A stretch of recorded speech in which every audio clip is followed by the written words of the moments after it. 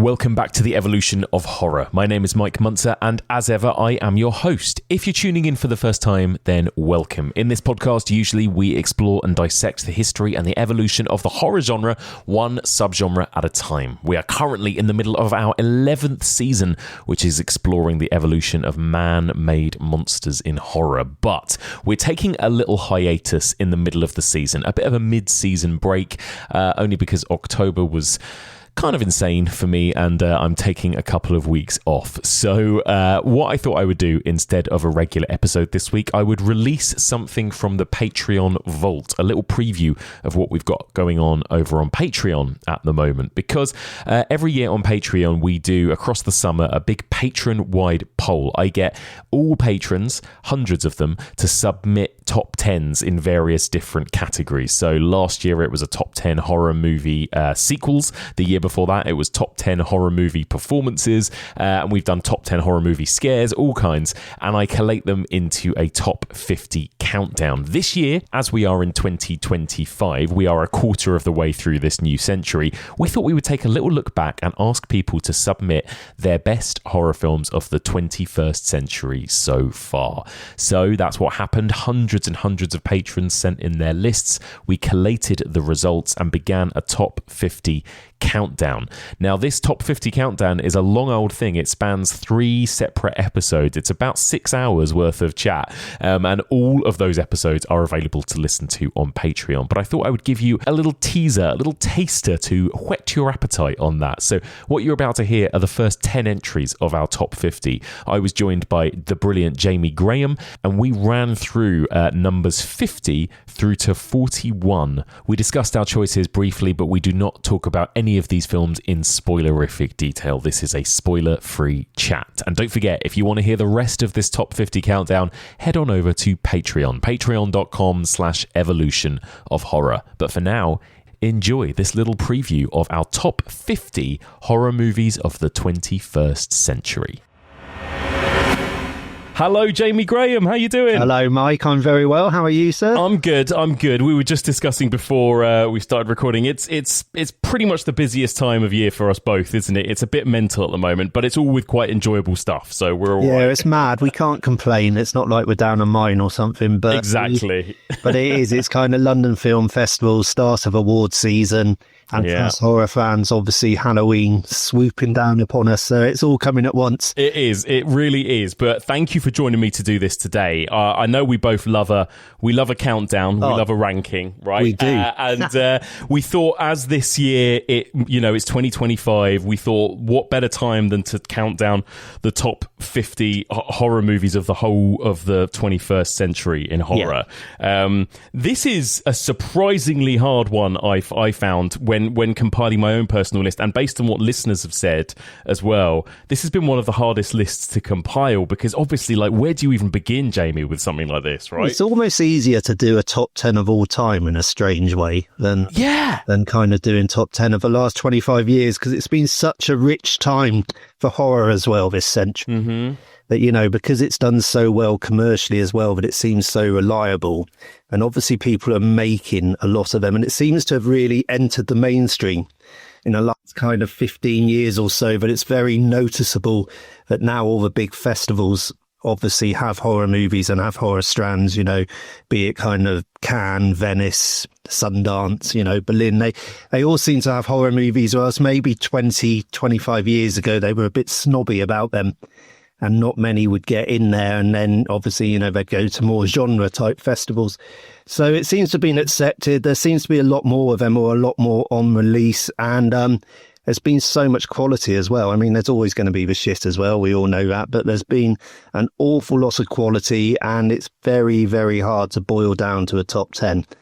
I had the same as you, Mike. When you asked for my list, I was like tearing my hair out. Yeah, I was going to ask you that, actually. Obviously you've worked as a journalist for pretty much this entire 21st century. So you've had to watch and cover so many horror films across that time. Have you noticed, professionally, how horror and I guess the perception of horror has changed as well, throughout this century? Yeah, I think it's mainly the reaction. And obviously there's been different cycles, like, J horror. I started in 96 as a professional journalist.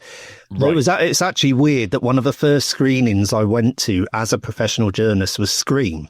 Oh, wow. And I went to the screening, and then it was the after show party, and Drew Barrymore was there, and, it was amazing. And, that obviously at that time in horror, Hollywood wasn't really that interested. Yeah. It had quite a fallow period in the 90s, first half of the 90s. Mm-hmm.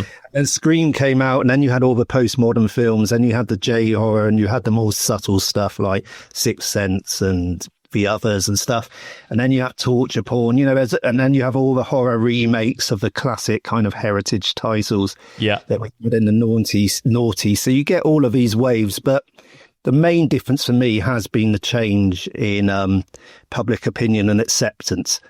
You used to, Barry Norman, I love Barry Norman, but he always hated horror, and a lot of the broadsheet critics back in the day were very snobby about it, kind of looked down upon it, and that seems to have largely disappeared, and people are far more open, receptive to it now. It's really interesting, isn't it? And of course, there have been, like you said, there have been so many cycles and trends. It's impossible to kind of broadly sum up 25 years in horror, but it does feel like we moved into 2 or 3 very specific movements. Where when you think about the 2000s, and we'll talk about a lot of those movies, but the kind of, I guess, what I thought of as the kind of grittier, grainier. You've got found footage. You've got kind of what people call torture porn. You've got New French Extremity. You've got those kind of 70s exploitation aesthetics from people like Rob Zombie and whoever else. And then something really shifted, I think, around sort of 2013, 2014, right? When you had The Babadook, you had It Follows, you had The Witch, and it really felt like at that point, that is where we moved into that kind of art house horror, or what some people call elevated horror, and where horror's reputation really started to change, I think, didn't it? I think that you've nailed it exactly. That is the moment of change. It was films like The Witch at Sundance and The Babadook, where people were going, there's a lot to this, there's a lot of themes, and it's dealing with, big stuff like grief or whatever, and that awful term elevated horror came. And the weird thing is, horror, as we know, has always been like this. You go back to films like Don't Look Now and, Night of the Living Dead. There's always been substance in there in a lot of horror movies. You get some that are just out to frighten you, or just, a straight slasher movie or something, and there's nothing wrong with that. But, it's always been there. But it seemed in that period you've just mentioned, it became very much a trend. And a lot of horror movies coming out doing that kind of grappling with big themes. And then it got the acceptance, and it started going in festivals. And, it was a massive sea change. I remember growing up, I've said this before on your pod, Mike, but I grew up I was at secondary school in the 80s, the late 80s.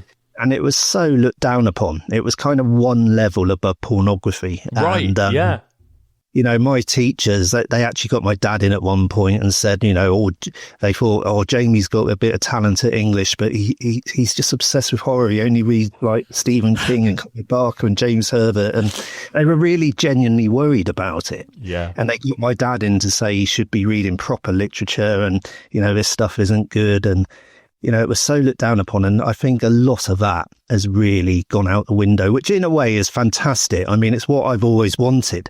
But in a way, it also makes me a little bit sad, because it was kind of fun being the outsider and people looking down on you and sort of being in that punky kind of club in a way. You don't want that social acceptance. Yeah, you're right about that. There is something, I think that's what there are certain horror fans, not all, but there are certain horror fans that think that horror has almost become a little bit too respectable in recent years, which I can understand that. But I think we'll get to it with the results. But I think when you look at some of the most popular years, and a shout out to listener Val, who put together the list for me and collated all the results, because we had hundreds and hundreds and hundreds of top tens that people submitted, and she also put together a really interesting list of the most popular years and that kind of thing.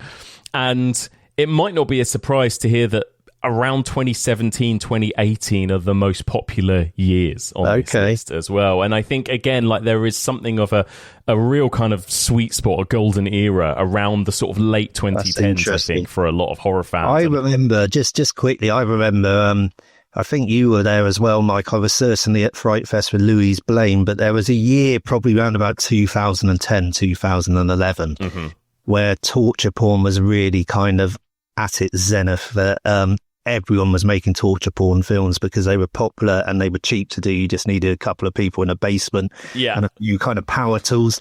And it was just bloody awful.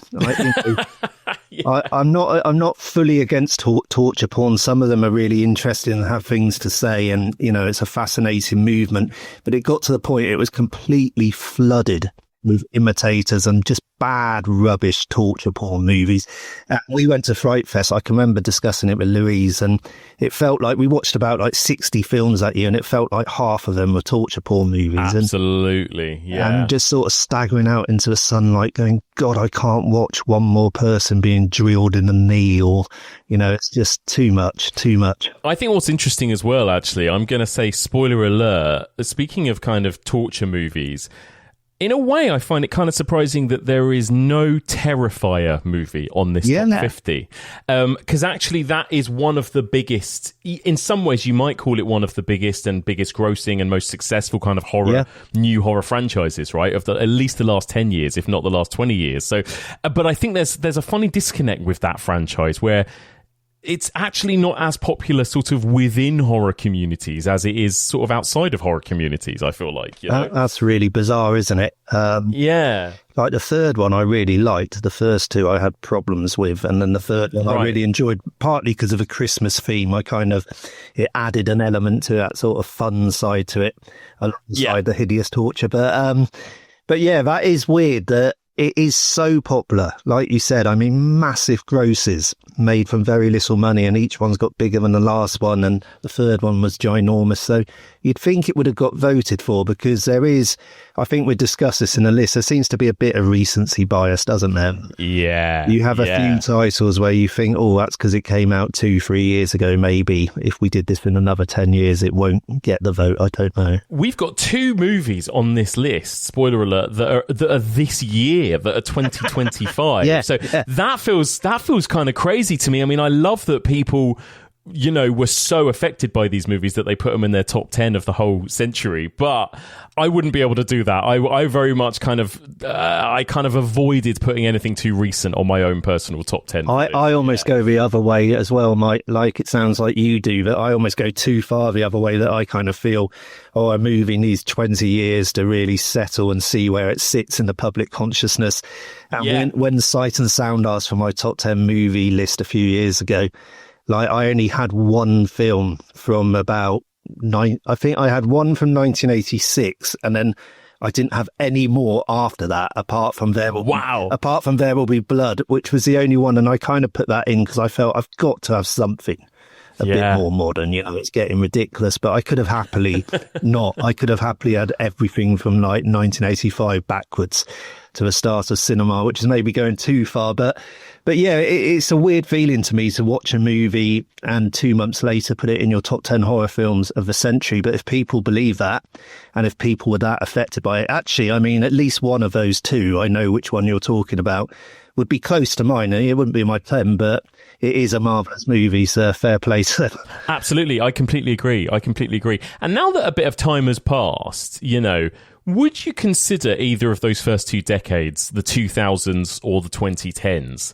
Do you think they're up there with, what might people, the 70s and the 80s, and what a lot of horror fans consider to be, a couple of the best decades ever for horror? I think, again, it needs even more time to be sure. But I think they're kind of not far off. I mean, if you said to me greatest eras of horror, I would immediately say 1970s kind of American New Wave. That for me is the one.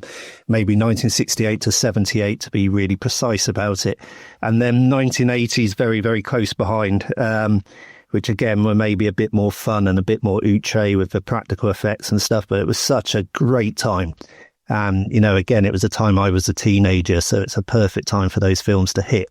but they really stand up to this day. So I maybe wouldn't put these later decades quite on that level, but I don't think they're far behind. I do think it's been an incredibly rich and varied time for horror, that there's so many different ilks coming out. And like every year I go to Fright Fest and see sort of 60, 70 films, and there's a lot of tat in there, but there's always some absolute belters. And some years, it goes quite deep, but you can get sort of 10, 15 really good movies. I'll tell you what I think that we've really thrived on in the last, this century particularly, and maybe that's because we've had more access to movies outside of the mainstream. But I think when you look at this top 50, there's a lot of international movies as well. I think actually, particularly maybe the 2000s, actually was an incredible era for Asian cinema, for French cinema, for, there have been some incredible stuff. Spanish cinema. Oh my God. Some amazing stuff, maybe just outside of the Hollywood mainstream in the 21st century, Yeah, I think it is because we had more access to it. Yeah. Without the streaming and stuff that, again, when I started as a critic in 96 and when I was at university in the early 90s trying to watch movies, you had to either go to a cinema or you had to buy them on VHS or you had to rent them, and most video stores only had a tiny little kind of foreign film section, as they called it then. Right. And you could get a few Kurosawas and Fellinis and then a couple of more modern films, and that was it. So they were hard to track down, and you'd maybe have to sort of set your video recorder on for a BBC Two at 1 a.m, they'd be showing an old film or something. Whereas nowadays, obviously, you just go, I'm really into horror or whatever, and I really want to see this Japanese film I've heard about, and you just stream it, and everyone gets it, and which is fantastic, to open those gates and make it more available and kind of in the public consciousness is wonderful. Well, there we go. Well, speaking of, let's get into the list then. So we're going to count down numbers 50 to 26. We won't spoil any of these movies, Jamie, in case anyone hasn't seen any of them, but we'll just talk about our brief thoughts on some of them. So let's begin, funnily enough, with a really interesting international movie. At number 50, it's One Cut of the Dead.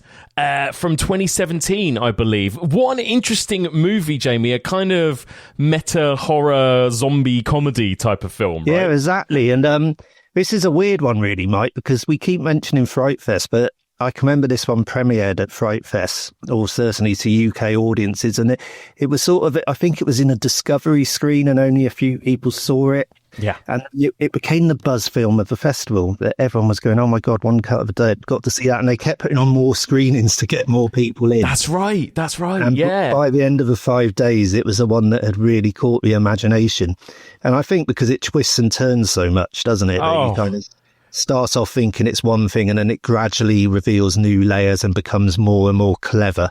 It's so good, and I think that's right. I think whether you're a horror fan or even if you're just a film fan, right, it's something of a love letter to cinema, because we can explain. So the movie, written and directed by Shinichiro Ueda, and it's about a bunch of people, kind of ragtag group of filmmakers making a super low budget zombie movie, right? And that's kind of the setup. They're making a single take zombie movie. And we won't reveal where it goes, but it does go in directions you're not necessarily expecting, right? And I just remember watching it with an audience and that absolute euphoria. Like it was almost like everyone wanted to stand up and cheer by the time the end credits roll, and I love that about it. It starts off because they're making that sort of low budget one take horror movie. It starts off, it looks really cheap and it looks so bad, and actually some people walked out because they were like, this looks shit, and then you realize that's kind of part of the parcel of it, part of the package and the joke in a way, and the cleverness of it, that it's not actually that terribly low budget shoddy horror movie. It looks like at the start, and it becomes really quite sophisticated. It's incredible. It's a really fun, and it's not by any means actually really a horror film. In a way, it's a kind of comedy movie about making a horror film, isn't it? I think,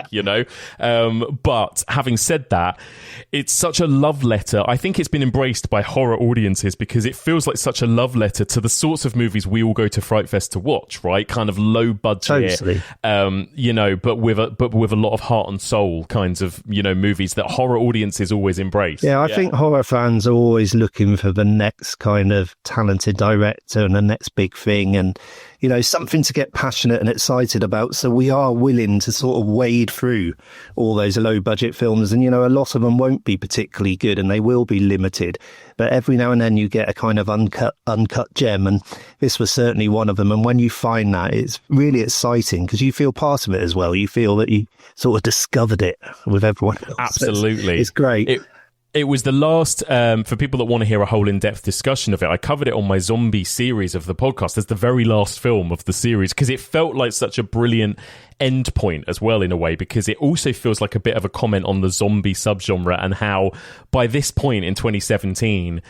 any fucker decided to just make a low-budget zombie film with their mates. Right? Yeah, exactly. It was everywhere. But this is what's remarkable about the zombie subgenre, that in a way, I think it's one of the worst subgenres because we get so many zombie movies and so many are really mediocre or worse. But every time you think they can't do anything else with a zombie movie, we've done it, or we come at it from every single possible angle. Someone does come up with something new. Yeah. And this was that one that, it had been maybe a few years. We'd had Train to Busan and stuff, but it had been a few years since we'd had a good one. Then suddenly out of nowhere, you get this that's a different take on it. And that's really interesting. Yeah, absolutely incredible. So great choice. I'm really glad that scraped it onto the list. One Cut of the Dead. Not seen there's a French remake, Jamie, isn't there? I've not bothered watching it. Have you? Yeah, there is. And I've not bothered watching it. No, I mean, why would you bother? No, yeah, exactly. I just can't be arsed with it. Yeah. It's one of those ones that if people had said, it's actually really good, a really clever remake, I would have got to it. But it just sort of got lost in the tidal wave of content, to use that horrible C word. It did, absolutely. There you go. So One Cut of the Dead at number 50. Now, to take a complete handbrake turn tonally, at number 49 is Alex Garland's Annihilation, Jamie, from 2018. What a movie. What a movie. And complete U-turn. Like we said, One Cut of the Dead starts off being very sort of rough and ready. And then suddenly at number 49, you've got this really intelligent, kind of intellectual, sophisticated horror movie, which, Paramount originally funded this and were going to release it. And then when they saw the final cut, they felt it was too intelligent, too opaque. They were really worried that audiences wouldn't get it at all, wouldn't like it. So they sold it to Netflix. They kind of bottled it in a way. And I think that says it all. I mean, how much do we want to set up about a plot night for people who haven't seen it? Are we doing that today, or? Yeah, we can set up a little brief plot, can't we? In that it's Natalie Portman and it's Jennifer Jason Leigh and Gina Rodriguez and Tessa Thompson. These four women that get sent into this kind of, what do they call it? The shimmer. The shimmer, right? Yeah. There's this strange kind of thing that's kind of come down across from the sky. This kind of slight kind of cosmic vortex type thing that's kind of surrounded an area of land, and there's all kinds of unknown things going on inside it, and they basically send four women in. They're sort of scientists and professors and experts and things, right? Biologists, to go into the shimmer and explore what's in there. And in true kind of Alex, and it's based on a book by Jeff Vandermeer, of course, as well, but in true kind of Alex Garland style, it becomes really kind of mind-bending, hard sci-fi stuff, doesn't it? And I agree with you, Jamie. I think this is a really interesting thing, again, the sign of the times and films that appear on this list, in that this would have been such an incredible film to experience on the big screen, but it got kind of spat out on Netflix and sort of forgotten a little bit, I think. Yeah, it's weird. Yeah. The weird thing with films now is we get so many released on streaming platforms that very few make a cultural impact, I feel, like films used to, when people used to queue up around the block, to see the latest movie at the cinema, and it was all word of mouth. And, films really sank into the public consciousness, and now very few. You get the odd thing like Oppenheimer, when Barbenheimer came out, but most films, even the good ones that people, a lot of critics liked this film, Annihilation. A lot of horror fans and, just mainstream movie lovers sort of gravitated to it and loved it. But even when people love it, they seem to get forgotten about. Yeah. It's really odd that like 5 years, 10 years later, people aren't talking about them at all. It's really odd. I think it's the sheer volume of movies these days, isn't it? As well, it's almost like we've barely had time to process one great film, and then it's like move on to the next one, isn't it?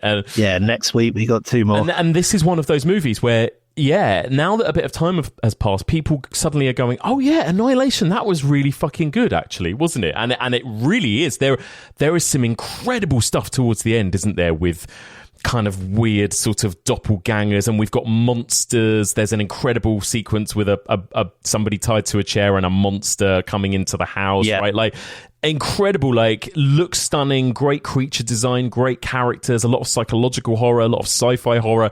It's jam-packed with ideas, this movie, isn't it? Yeah.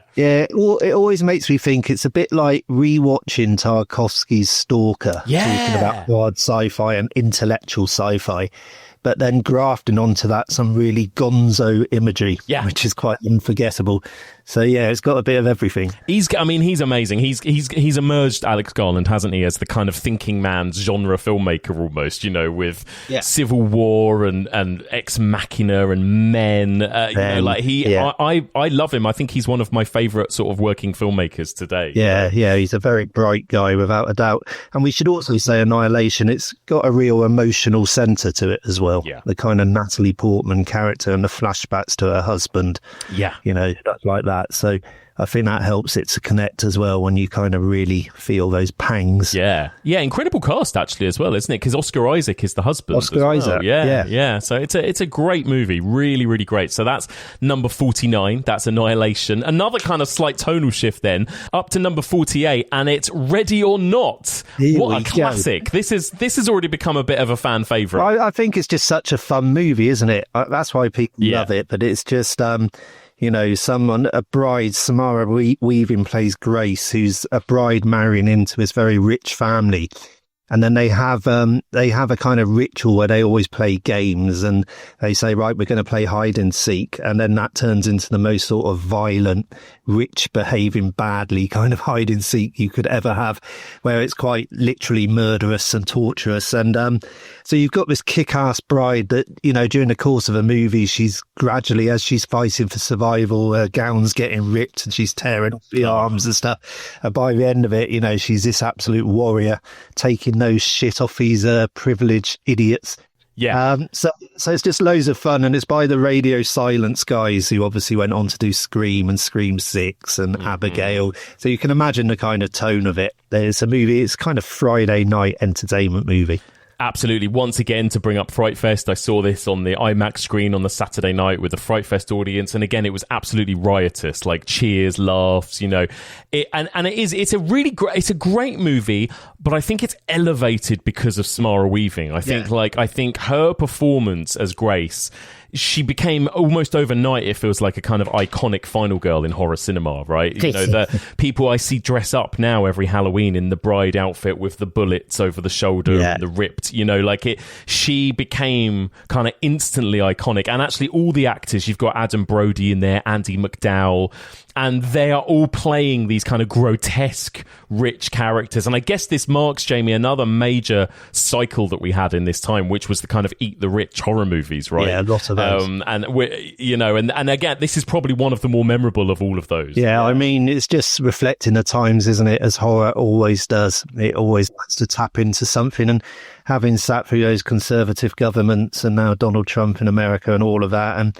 just how the rich and how money seems to be going more and more to just a few people, these multi billionaires, when so many people out there are scrabbling to pay their bills. It's just, it's kind of going to happen that horror is going to tap into that and give it to those bloody idiots. Yeah, exactly. This movie doesn't hold back on making the rich characters as evil and grotesque as possible. They really are. Absolutely incredible. Such a fun movie. There you go. So that's Ready or Not at number 48. Oh, now number 47, another really recent one, Godzilla -1. Yes. Which I think is a pretty much a masterpiece, Jamie. I don't know about you. Belter. Yeah. I would go as far as saying it's the best Godzilla movie since the first one, since 1954. 100% agree. You know, the original. Yeah. And I say that as someone who likes a lot of or a fair few of the Godzilla movies in between. And I really like Shin Godzilla as well, that came just before. But it's great because it's got so much to it, but it's got the kind of politics. It's got, themes of the fear of the atomic bomb, loss of faith in government. It's got shame, redemption. There's a lot going on in there if you want that. Mm-hmm. But on top of that, it's just a great monster movie in terms of wonderful creature design, harking back to the original Godzilla, but maybe a bit more kind of jagged. And the incredible thing is it was filmed. People say it's like, some people say 10 million, some people say 15 million, but whichever it was, compared to Hollywood productions, 250, 300 million blockbusters, it's a drop in the ocean. And it looks as good as any of them, the special effects. It's just wonderful. There's a couple of sequences. There's one sequence where Godzilla is in the sea kind of chasing some boats. And, it's like Jaws with Godzilla. It's so suspenseful and so exciting. It's just, a great, great Godzilla movie. And even though it's very, very recent, it deserves its place in this list. I agree. It's one of the great monster movies that we've had of the last 10 years, I would say. It's absolutely brilliant. I can't believe that it was as small a budget as it was. And it ended up winning the Academy Award for Best Visual Effects as well, which I loved because that felt like such a kind of underdog pick in a way. Yeah. So I was so pleased for the movie for actually, getting that recognition. And I think on the back of winning an Oscar, it went back into cinemas and played again some more, and it did so much better even commercially than people were expecting, I think, in the West. Yeah. And I think you're right, Jamie. It's the best one since the original Godzilla, and I think it's because it brings back that pathos. It brings back, it's a movie a bit like the original about a kind of mass devastation, and it's got that emotional side to it. It will make you cry just as much as it will thrill you, and it feels like we haven't had a Godzilla movie do that in a long time, at least. A couple of years ago, I interviewed John Sayles, of all people, for Lone Star was getting a Blu-ray release, one of those sort of all bells and whistles Blu-ray releases. And I just said to him, because obviously, he kind of wrote Alligator back in the day, and, he's got that Piranha, he's got that kind of horror to his stuff, that history. And I said to him, have you seen any movies lately of any genre that you really admire? And he'd just seen Godzilla -1, and that was the one. And he said, that is a proper monster movie. It's really brave. It's got so much going on. It's what a monster movie should be in terms of subtext, and then just the thrills on top of that. And he was really impressed with it. And if John Sayles is impressed, then we know we're onto something. Absolutely.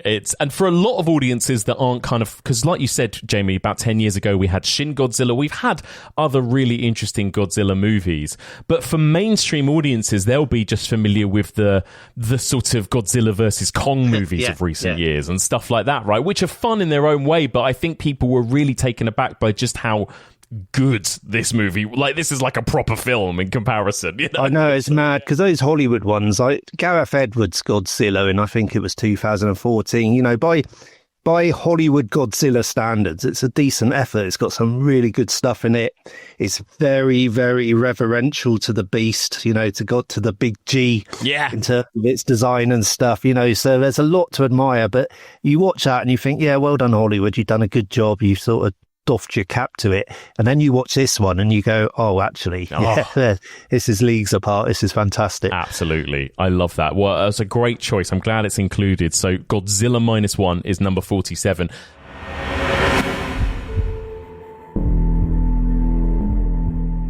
Just interrupting this week's episode momentarily to give you all an update on our Kickstarter campaign for Dead Vault, our anthology audio horror series. This is something that I am creating with Adam Z. Robinson, the writer and director and producer of brilliant ghost stories that he performs live on stage. The two of us are collaborating. We want to make a brand new Evolution of Horror audio drama series. It's going to be found footage, it's going to be anthology, it's going to be told entirely through the medium of audio, but we need your help to do it. So if you head to evolutionofhorror.com/deadvault, you'll find more information about the project, including a trailer and ways in which you can support us and help us make Dead Vault happen. In order to do it, we need to raise £20,000 in order to pay for the production costs, to pay actors, to pay writers, and everything else that needs doing to make this project a reality. At the time I'm recording this, we are already 60% of the way to reaching our goal. We've just passed £14,000, but we still have a long way to go before we get over the line. So please, if you can spare a little bit of money, you will also get lots of goodies and rewards. Head to our Kickstarter page, evolutionofhorror.com/Deadvault. The more you pay, the more rewards you will get. You get your hands on exclusive signed Mike Lee Graham artwork. We're giving away posters. We're also giving away these funky little collector's cassette tapes for Dead Vault and a whole bunch of other stuff. You'll get access to behind the scenes discussions with me and Adam, writing workshops with Adam Robinson, podcast producing workshops with me. All of this will be free of charge and included in your rewards if you support the making of Dead Vault. So one more time, please, if you can, support us now before time runs out and help us make Dead Vault a reality. evolutionofhorror.com/Deadvault. Number 46, the most recent film on the list. So recent, in fact, that I've just Googled it and it's still playing in cinemas near me right now as we record this. Zach Cregger's Weapons. Yeah. This is unbelievable, Jamie. Like, this movie, so written and directed and produced by Zach Cregger, his follow-up to Barbarian, obviously. Are you surprised that this is already making people's top 10 of the whole century so far? Yes and no. Yeah. Yes, because like we said, it's so recent and it's still in cinemas. It seems almost a bit ludicrous. But no, in terms of it really, I mentioned a minute ago that not many films catch the kind of, zeitgeist anymore, make that cultural imprint. And this one did immediately. Yeah. The amount of think pieces being written on it and the amount of angles people were seeing it, whether Zach Cregger meant it or not, some of them, I think he's come out and said, oh, actually, I didn't intend that, but fair play if you want to see it. Yeah. There's so much going on with it beneath the surface in terms of thematic subtext. But on top of that, it's just the structure is so clever. We keep seeing events, play back and from different perspectives, and they fill in little holes and gaps, and we learn more about the story as it goes on. So it really gets its hooks into you. It's really propulsive. It's really fucking scary in places. Yeah. That scene in the back of a car where she comes out the house and sort of slips into the back of a car is one of the scariest scenes I've seen in a cinema for some years. Yeah. And it's just fantastic. So it really got people talking. So I can see why it's on the list. I can see people were obviously deeply affected by it. And when I saw it, I couldn't stop thinking about it for about a week. Every single day, I was kind of obsessed with it. And I was reading as much on it as I could possibly read because, like I said, everyone was coming out with these new theories. And it's just fascinating. Great film. Yeah, I'm thrilled that it's on here. It wouldn't be in my personal list. In fact, I don't think it's even my favourite horror film of this year, actually. But having said that, that just goes to show what a strong year I think 2025 has been so far. Yeah. But I do think it's brilliant. And I also wonder whether there's something so refreshing about, another thing I suppose you could characterize horror movies of the 21st century by is that we've had a lot of remakes, we've had a lot of reboots, we've had a lot of requels, we've had a lot of sequels, we've had a lot of prequels. Isn't it nice to just see a complete original story, like a mystery story? Like one of the thrills of sitting down to watch Weapons for me was not knowing where the hell this story was going. Like I knew that it had that initial kind of hook that, one night, 2:17 a.m, a bunch of kids all leave the house at the same time and go missing. And then beyond that, I knew absolutely nothing about what this movie was, where it was going, even what subgenre it was really, and I love that Zach Cregger really takes takes you on that ride. It twists and it turns and it changes characters' perspectives and it jumps around in time and it pieces this story together almost like a jigsaw puzzle, doesn't it? And I absolutely love that about it. It's such a thrill to just be taken on that ride by somebody who knows what they're doing, you know? And it's such a thrill that this original movie, It Takes Chances, did well as well. Yeah. Both with critics and commercially. Because the horrible thing is now we get so few original movies from studios that when you do get one, they always put this incredible pressure on it. You know, like the future of cinema depends on this. You know, people have to go and see it or they'll never make another film like this again. You know, the latest example being Paul Thomas Anderson with One Battle After Another. Mm-hmm. You know, because it had a big budget, 140 million or whatever, and it had to make 350 million to break even. It's suddenly like, if you ever want to see another movie like this from a studio, you know, it has to hit 350 million or it would be the final nail in the coffin. And of course it doesn't, because that movie is never going to make 350 million. Yeah. And it's like, you know, the sky is falling down and it's just a ridiculous pressure. Yeah. The whole point of having studio filmmaking is you have a slate of films and some films make hundreds of millions and some don't do as well.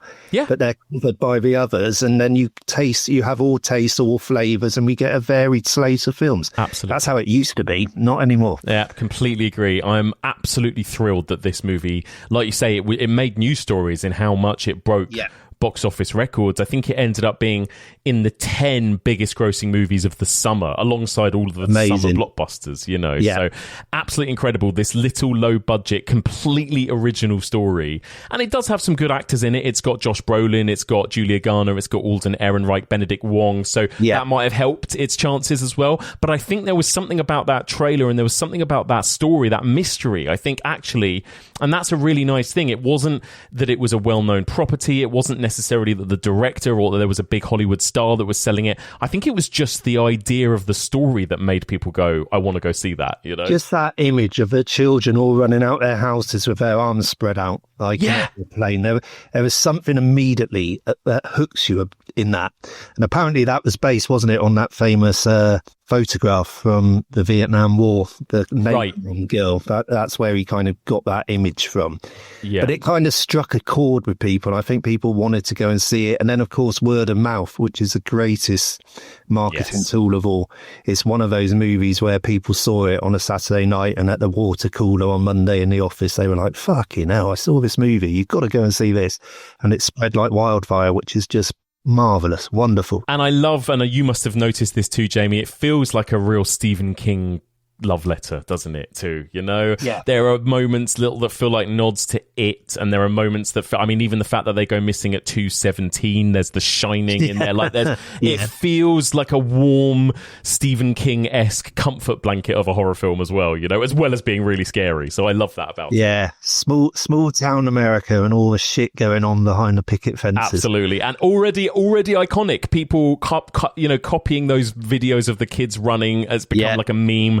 I reckon there'll be people dressed up as Gladys next week on Halloween. You know, sure. Like it's already becoming iconic as well. So Gladys versus the Bride. Yeah, that's what exactly. Incredible. Well, there you go. So that's Weapons at number 46, and up to another. All these first few on the list are all quite recent. Number 45, it's Pearl. Ty West's, I guess, prequel to X, right? Which again, interesting stories behind this, that they kind of made it on a bit of a whim, right? Because it was COVID, and I think Ty West was in lockdown or sort of quarantine with Mia Goth when they were filming X, and they just conceived this whole prequel story to the character of Pearl. Right? What do you think of Pearl, JB? I think we've talked about this before, Mike, that we're both in agreement that it's probably our least favourite of the trilogy. Am I right in saying that? I think so. It's not, X is still definitely my favourite. Same with me. I absolutely adore X. And then I find the last one, which the title's completely gone out of my mind. Maxine, of course. Yeah, I find that one just really entertaining. It was just, you know, sort of 80s. It was just a good watch, wasn't it? Whereas Pearl, for me, it's still marvellous, and I can see why people have voted for it. And people do seem, the general critical opinion seems to be it's the best of the trilogy in terms of the reviews it got. But for me, it's probably, I'd put the other two above it, but it's still great. It's set in Texas, 1918. It's on the farm that, we see that the porn filmmakers go to in X to make their movie. And the old woman that we obviously get to know a little bit in X, Pearl, it's kind of her origin story in a way. But it's 1918. She's a young woman. She's on this farm. She's got a really, really domineering mother. She's got an incapacitated father. There's nothing going on. She's desperate to escape the world and go off and find her fame and be an actress or a dancer or something. But she can't get away, and she kind of has a bit of a breakdown, you could say, a very violent breakdown. Yeah, indeed. And it's still an absolutely great film, and I can see why so many people loved it.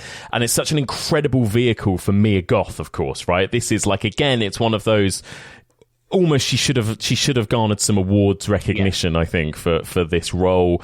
And I love the way it looks, the way it has that kind of Technicolor, kind of almost kind of dreamy kind of vibe about it, and then in that very Ty West way, it takes its time, it slowly unravels, and then it ends in bursts of kind of ultra violence towards the end, doesn't it, as well?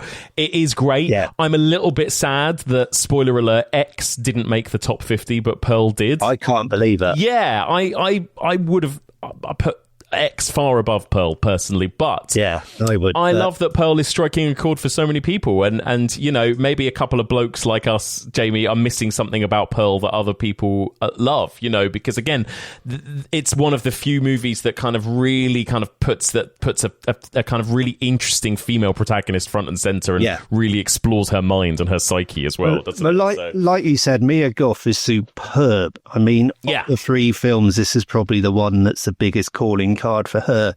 And that fine, we're not giving anything away, but there's a great sort of rictus grin moment in the film, which is incredible.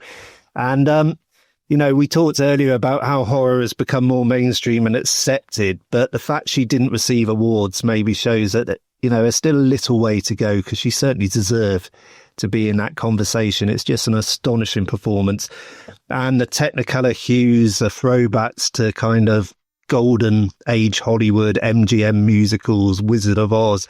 There's a swelling orchestral score. There's so much to enjoy in this movie. I'd want to make it clear, when I say it's my least favourite of the three, I'd still give it 4 stars out of 5. 100%. I reviewed it. It's a wonderful film, but I just wish X had made the top 50. I was on a panel recently where we were talking about the best and worst horror sequels, and we talked a lot about Ty West's X trilogy, just how brilliant an example of a trilogy that is, in that everyone has their own favourite, each film has its own distinct mood and flavour, each movie holds up on its own, and I love that. I think he pulled off something really special with those 3 films. And it's the fact they're so interwoven as well. They all do work separately, but if you wanted to watch them together, there's so many little threads that go through all of them and tie them together.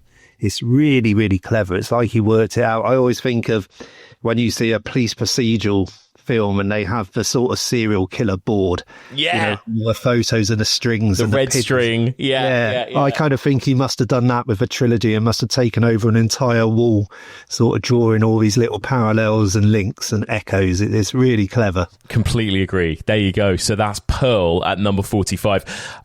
Now, up to number 44, we've got something I think finally truly scary on this list. This is one of my personal favourites. Speak No Evil. This is Christian Taftrop's original Danish movie from 2022, which immediately got a remake, didn't it? But this movie is up there for me, alongside actually a movie we're going to talk about next, actually, on the list, and alongside movies like Martyrs, as ones that really fucked me up, like genuinely upset me and disturbed me in a way that I wasn't expecting. I loved it. What did you think of Speak No Evil, Jamie? I'm the same, Mike. We're saying no spoilers on this, so I'll be very careful, but let's just say the last sort of 5-10 minutes, jaw-dropping. Oh my god. Absolutely. It's up there with, you think Wicker Man, Henry Portrait of a Serial Killer, Night of the Living Dead, The Vanishing, those kind of movies that have really bleak endings. This maybe beats all of them, maybe in terms of bleakness. It's like, wow. Yeah, absolutely. It's a really mean-spirited movie in the best kind of way. And, you know, we've talked about so many fun movies, you know, Weapons, Ready or Not, One Cut of the Dead.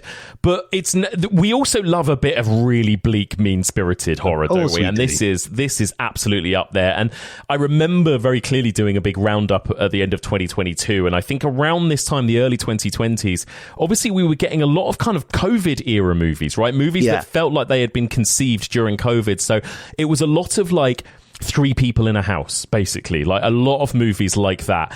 And this feels like that. It's just two couples in a house in the middle of nowhere. They don't know each other very well. They met on holiday, and then one couple invites the other couple to come and stay with them, which in itself makes me socially anxious and nervous. Even the whole premise of it, I found deeply uncomfortable. And the way that the horror slowly ramps up, and it starts in a kind of social discomfort, black comedy kind of a way, and then it gets darker and darker and darker. It feels a bit like Michael Haneke. It feels a bit like Lars von Trier. It's like that kind of level of horror and discomfort, isn't it? It is, yeah. You've got the passive guests who are kind of Danish, and they're staying with this Belgian couple who are, the guy in the Belgian couple's a lot more kind of assertive. And it sort of just gradually crosses lines, the way they behave towards their guests and the guest's child, you know, the way they sort of tell the child off. At first, it's just tiny little things where you kind of think, oh, should they be talking like that? And you let it go because you're the guest and you don't want to sort of beak out of turn. It's all about social niceties and politeness. Right, hence the title, Which, being English, we can definitely, we know all about that, don't we? And then it gradually pushes it until it gets to a point where something clearly isn't right, and by then it's kind of too late. And it goes so mean and so extreme by the end, but for me the film earned it. It felt like it was hurtling towards there from the beginning. It almost feels inevitable, even though you're shocked when it happens, you know? So I loved it. I thought it was such smart storytelling. It's also got kind of really interesting themes about sort of masculinity, right? There's that famous iconic shot that people might have seen pictures of the two guys just screaming in rage, you know, and there's a lot about it that might, almost kind of calls back to films like Straw Dogs, I think, and that kind of thing, that kind of test of your own masculinity. And but it does it in just such a clever, interesting, real way. It feels very real considering how extreme the story is. You know, the title comes from the Bible verse, doesn't it, where it says, "Be gentle and polite to all people." Right, that's where it comes from. And I always think, just to go off on a tangent here, but you know, some people I've talked to, they have a problem with it. They kind of say, oh, yeah, but the Danish couple would never act like that. If anyone talked to my child like that, you know, I'd be straight off out of there. But the things people do out of politeness and the things you put up with, if you're someone who doesn't like confrontation, you know, I remember I went on holiday a few years ago to Arran, Scottish island of Arran. Yeah. And we needed to find some dog meat because we'd run out of food for my dog, Jean. And he's a very spoilt dog, so we only get the best dog food, you know. We didn't want just pedigree chum out of a, you know, supermarket. So we were looking for it, and someone said, oh, there's a farmer who sells dog meat, like really good quality dog meat. And they told us where it was. Sorry, it's a long story. We went out to the middle of nowhere to his farm. It was literally just in fields, no one around. And he came to the gate and I said, oh, do you sell dog food? We're looking for it. He said, yeah, come with me. And me and my wife sort of followed him. And he went round the back and then he went to a sort of subterranean bunker. This is not a word of a lie, a sort of hidden bunker. Oh, my God. And he opened the door. He said, yeah, go in there. It's at the back of there. And as someone who's watched a million horror films, me and my wife sort of looked at each other.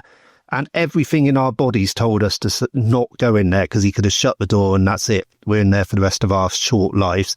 And we were just too polite. We're English and we just went in there before him. 100%. Just went in there to look, and then he followed us in and he took us to the dog food and it was all okay. But he could have just shut that door and Jamie and his wife. Absolutely. And I would have done the exact same thing. Everything in my body would have told me not to do it. I still would have done it because I wouldn't have been able to handle the social awkwardness of telling him I'm not comfortable with, you know, going in there. There's no way I could do that. I just couldn't say, like, no way, mate. Like, you know, what do you think I am? So I fully believe that this would have happened in Speak No Evil. Fully believe it. And obviously the movie got remade in 2024, almost immediately. Got a Blumhouse remake, directed by James Watkins, starring James McAvoy. Surprisingly good, I thought, Jamie. Surprisingly good. Yeah.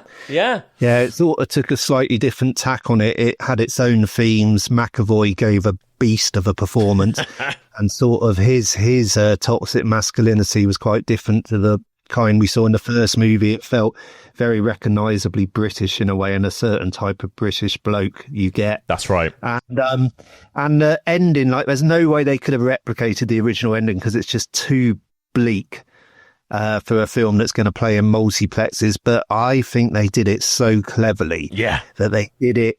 It was different, but it was bleak in its own way. And I don't for a second think it was a sellout, which is what I worried. I thought they're going to really kind of sanitize everything, and they didn't. So it's a really good remake. As far as horror remakes go, it's one of the better ones. Completely agree. But I'm glad the original made it into the top 50. Well deserved, I think. Speak No Evil, that's number 44. Up to another deeply uncomfortable film, number 43, Red Rooms from last year, Jamie. Oh my God. What did you think of Red Rooms? I really liked it, Mike. And I'm glad. I'm surprised it's in here in a way, because I didn't think enough people would see it. I think it's become another, and particularly actually I can speak for my listeners, and I think amongst the kind of EOH crowd, it's kind of very much spread through word of mouth. I've raved about it for months now on the podcast, and so have various other people on the podcast, Becky and various others of us. We included it in our top of the year last year, and I think it's just been one of those movies that has spread through word of mouth, like we've talked about with quite a lot of these, because it's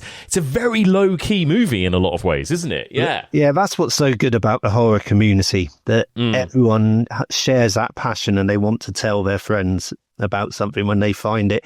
Because I remember when this movie came out, it went straight to streaming and it kind of just slipped out with no fanfare whatsoever. I just happened to see it because I love horror films, and I thought, I'll give that a go, and I had no expectations really. And it's great. It's set a murder trial. There's a serial killer who is up for trial. But rather than focus on him, it focuses on that sort of groupie mentality that you always get. Any serial killer, any hideous person, you get those people who write to them in jail and kind of say, I love you, you're wonderful, and send them their underwear and all that kind of stuff. It's a really weird thing that happens. And this is a model, Kellyanne, who's absolutely obsessed with this serial killer, and she's kind of in the courtroom every day watching him, and she turns out, she's maybe a bit of a sociopath herself, and it really focuses on her, and it just works. Even if you stripped away all the horror element, it's just a great courtroom drama. It's an incredible courtroom drama. Yeah. It's absolutely. Really controlled, it's really sort of chilling to watch and really good. But then it delves into some quite dark places as well. And it's just really fascinating film. Yeah, I loved it. I loved it too. Like you say, I think chilling is the perfect way to put it. It's very clinical, chilling, barren. There's something about it that feels very kind of cold and barren, and that goes to that applies to the main character of Kellyanne as well, right? She is this kind of unreadable, cold, kind of distant character who we, are sort of with at the beginning of the film, and then as the film progresses, you go, this woman is not okay, actually, and again, without showing you much, and it very cleverly barely shows you anything. It slowly becomes incredibly disturbing and dark as it goes on. And there's one moment, I know I've talked about this a lot on the podcast, but there's one moment just involving a costume reveal, let's put it that way, where a girl is seen to be wearing something in the courtroom that is one of the scariest, most disturbing things I've seen in ages, so it's very clever. Yeah, no, it's great. I mean, you mentioned Hanukkah earlier, and it's got that kind of, Hanukkah always had that clinical, cold feel. Yeah. And it's got that, and maybe that Fincher thing of everything is so controlled, like every inch of a frame is meticulous. Absolutely. It's a really good film. I could imagine Fincher remaking this, actually. It feels a bit Fincher, doesn't it? Yeah. It does, doesn't it? Yeah, it does. There you go. Red Rooms at number 43. Next up, we're going back to some, I think, Korean cinema, this one. The Wailing, Jamie. This is the 2016 movie. It's an epic. It's 3 hours. It's a kind of folk horror meets zombie movie meets viral outbreak meets exorcism, right? There's so much going on in this movie. What do you think of it? Meets ghost story, meets police procedural, there's everything. Yeah, it's mad. It almost shouldn't work because it's so big and it's so tonally kind of so much going on. But he pulls it off. I mean, it is Hong Jin-na who made The Chaser and Yellow Sea, which are two absolutely cracking kind of action thrillers. I really recommend people see those if they haven't. And it came out, it was originally a Cannes sensation and it was a big box office hit in Asia. And it's just fantastic. The weird thing is you don't get many horror epics, do you? Like most horror movies are in and out, kind of 90 minutes, and that's all you need. And there's very few, like I'm thinking maybe It and It Chapter 2, and maybe you could say something like The Shining. I don't know. It feels big and monumental, but you don't get many horror epics. And this one really, really does it and pulls it off. And I mean, you talk about it, Mike, because I know you're a huge fan of this, aren't you? Yeah, I mean, I agree. And I think you're absolutely right. It's one of those movies that kind of felt like it earned its runtime, actually, like, because it goes on such a journey. You almost could have pictured it as a kind of mini-series because it goes on and on in these really interesting new directions. And it begins as a kind of, like you say, a police procedural. There's a kind of bumbling cop. He's quite sweet. It's quite wholesome. He's quite funny. The movie is quite funny as well, but then in that brilliant way that Asian horror does, it sort of slowly twists and turns, and then you start to think, okay, are we in some sort of viral zombie movie here? And then we end up in this kind of folk horror occult type situation, and actually you end up in one of the most kind of powerful, disturbing sort of exorcism scenes that I've seen since The Exorcist, probably. As well. So I love it. I'm so glad that it's sort of chimed a chord with so many people out there, because I think again, this movie easily could have gone off people's radars. It's got a long run time. It's a subtitled movie. It's like there are a lot of things potentially working against it, I think, but people have loved it and embraced it over the years, so I'm really glad. And again, I think it's the old word of mouth, like we've said before. And it's set in a small mountain town, isn't it? It's a few years since I've seen it, but that's a small right. mountain town, and then it becomes this kind of spreading contagion of bloodlust, and it's great. I actually want to go back and see it again now, Mike. Me too. It's been a while, but I'm definitely going to give it a rewatch. There you go. So that's The Wailing at number 42. So we go from a 2.5 hour epic to a 50-minute movie, Jamie, for the next entry, because it's Host at number 41. Rob Savage's 2020 movie, Host. Oh, I mean, I feel like this is going to be one of those movies where we all remember this movie coming out and the first time we watched it, right? Because it was so much about a specific time for all of us, I think. Yeah, it's COVID times, isn't it? It's Zoom. It's when we were all like in quarantine and people were having Zoom meetings to see their friends, and there'd be 10 of you on Zoom with all the hitches, time delays and everything, bloody awful. And it's about a group of old uni mates who sort of have one of those meetings, and they're all meeting up on screen, they're having a few drinks, and then they've invited a medium along, who's going to sort of connect with the dead. And they find this a bit funny, the ones who didn't know about it, they're taking the piss, and they all agree behind the medium's back that every time she says the words astral plane, they all take a drink. So that's right. Fun and games, and it is quite funny. And then obviously the spirits don't like the fact that they're taking the piss out of them, and kind of invades their homes. And like you said, I think it's only 57 minutes long. It's one of those movies that's also, I think Rob Savage filmed it all remotely. Everyone had their own cameras going and he edited all the footage together. It's really cleverly done.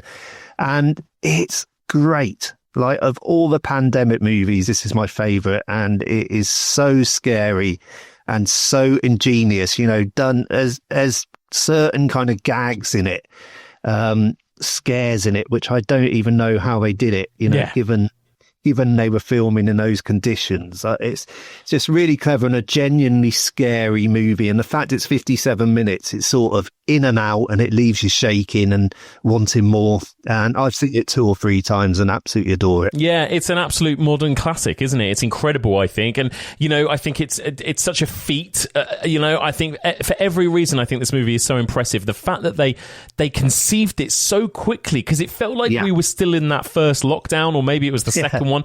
But this movie was conceived and made and released so quickly to jump on the zeitgeist, I think, so cleverly.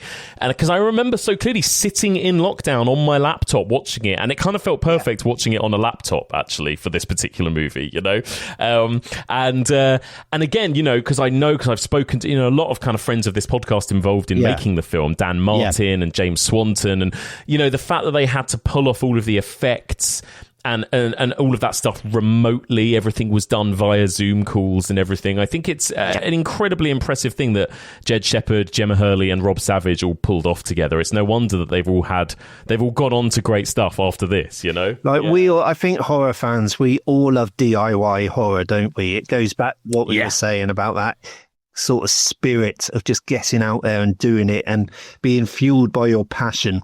And whether it's something like the original Night of the Living Dead or Blair Witch Project, or now in this case Host, it's just a perfect example of people just saying, right, we're going to do this and we're going to do it quick. We're going to kind of shoot it on the run. Off we go. Got a great idea.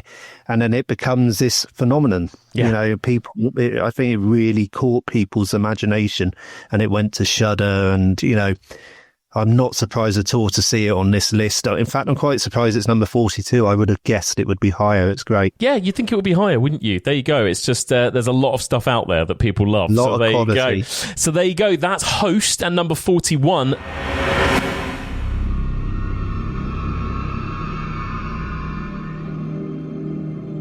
Oh, and there we go. We're leaving you on a cliffhanger. That is the first part of our top 50 horror movies of the 21st century countdown. If you want to hear what made numbers 40 all the way through to number 1, you can listen to the rest of those episodes right now on Patreon. Patreon.com/evolution of horror. As I mentioned, we'll be taking a little break from the main podcast for a couple of weeks, but we'll be back later on in November to continue our journey through man-made monsters in horror. So join us again soon for another episode of the Evolution of Horror.